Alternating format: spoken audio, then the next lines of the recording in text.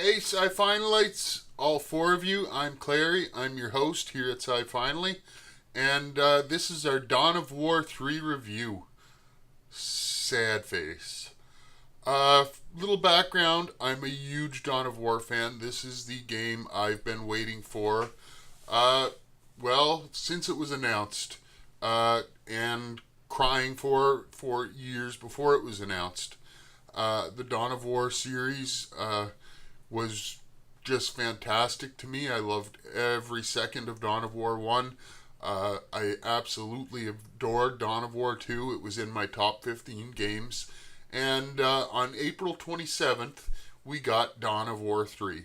I planned to have this video done a few days ago. Unfortunately, my idiotic self did not record my gameplay with voice. Everything I recorded was video only because of a mistake that I somehow clicked on. And I had to go back and redo. I redid one mission because I can show you the problems with the game with just that one mission. Uh, I don't get me wrong. I didn't hate Dawn of War 3, but I was majorly disappointed. It doesn't know if it wants to be StarCraft. It doesn't know if it wants to be a MOBA.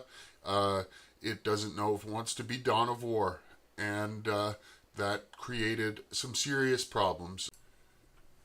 So basically, Dawn of War 3 has two types of missions. The first is your standard build a base, protect your resource points, build a massive army, usually between 150 units to 250 units, mass those units up, go to the enemy encampment, destroy it, and you're done. It takes very little skill. You don't need to use special abilities. And that was a problem for me. One now and then I would use one for fun.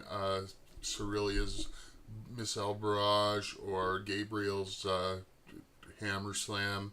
But there was no strategy to the game at all. It was just build up a base, build up units, send them out, and watch them decimate the enemy. The second type are the hero missions from Dawn of War 2. The problem with these missions are that a lot of the time you're playing characters you don't care about. I don't care about Gorguts, which is the orcish character, the leader of the orcs. I wasn't a huge fan of the Eldar, though I did enjoy playing them a lot more than I did enjoy playing the orcs. When I play Dawn of War, I expect to play Space Marines. That's why I bought it. I'm not sure why I didn't know, watching all I did, that there would only be 4 or 5 Space Marine missions out of 17 total missions. But that's it. You get to play Space Marines for I think it's 5 missions total, and the 5th mission is actually along with the Eldar and Orc hero. The campaign was fun in some ways. It had a decent story. I have to admit, it had a good story. It brought to light some things that I never expected. The final boss fight was actually intense. It was hard. But overall, it didn't feel like 1. It didn't feel like 2. It felt like a mixture of 1, 2, and StarCraft. And it didn't know what it wanted to be. And that's my major problem with Dawn of War 3. The multiplayer, on the other hand, is extremely unbalanced. This is not a game you want to play multiplayer. As you wait for your resources to build up, if you're playing Space Marine or Eldar, you have orcs going around building stuff out of scrap, using scrap to power up, on top of the power ups they're getting from their, I forget the name of the unit they use, but everybody can upgrade their characters, their weapons, their armor, but orcs just upgrade by collecting scrap from stuff that's been destroyed through the map, and it makes them overpowered. I've played multiplayer with all three races, and every time I play orc, it just seems like I walk over the competition. Both times I've played Eldar or Space Marine characters, or races that I'm much more familiar with, uh, I had very, very hard times. I won one game, lost one. The one I won was by the skin of my teeth. I literally destroyed their endpoint maybe seconds before they were going to destroy mine, and it's basically a MOBA. Uh, this is where I was. This is where my major problem with the multiplayer is. Uh, where the campaign was a mixture of Dawn of War 1, Dawn of War 2, and StarCraft, the multiplayer is a mixture of Dawn of War 1, Dawn of War 2, StarCraft, and a MOBA. I'm not a fan of MOBAs. I don't have the Twitch reflex for them. I don't play Dota. I don't play League of Legends. I have played them for fun here and there, PC battles, stuff like that. I enjoy them. I'm not good at them, and I don't enjoy the moving from resource point to resource point, destroy their resources, go back, build up your army, come back, destroy another resource point, go back, build up your losses, and that's what the multiplayer basically is. Overall, I'd have to say Dawn of War was a major disappointment for me, and because of the campaign being decent, having a great storyline, and having some really good missions, I would give it a 7.5 out of 10. The multiplayer, I would give a 3.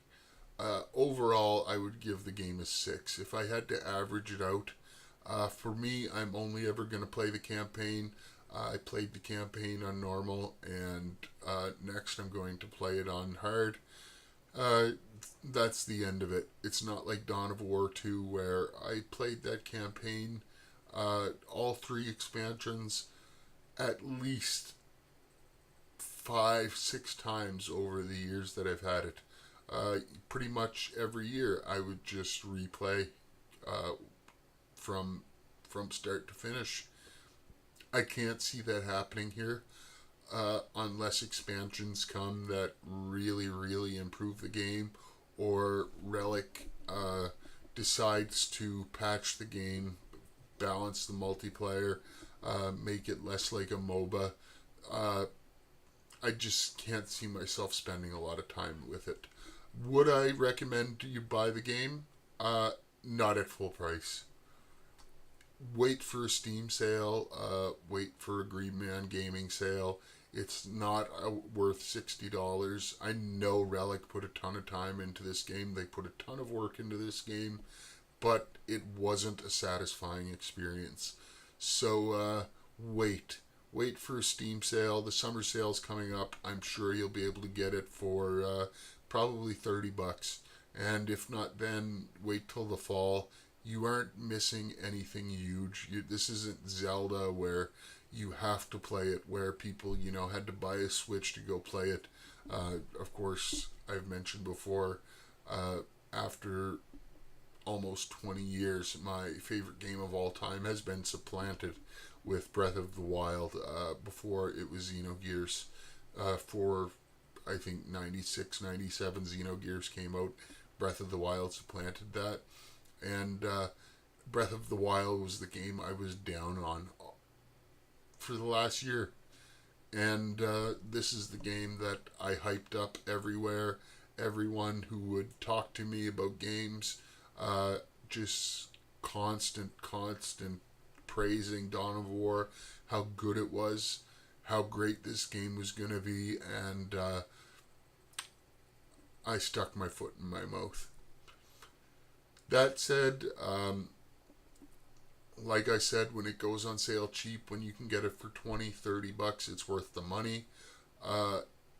If they patch the game, if they fix the multiplayer, if they balance it the way Blizzard is constantly balancing and fixing their games, maybe the multiplayer will be more fun. But as it is, the multiplayer, in my opinion, is broken, and it's not worth playing. The campaign, like I said, was fun. Space Marine missions were great. Eldar missions were pretty good. Orc missions were just horrible. I hated playing as the orcs. I hated Gorguts. I hated hearing their whiny voices. Like I said, campaign 7.5 out of 10. Generously. Multiplayer 3 out of 10.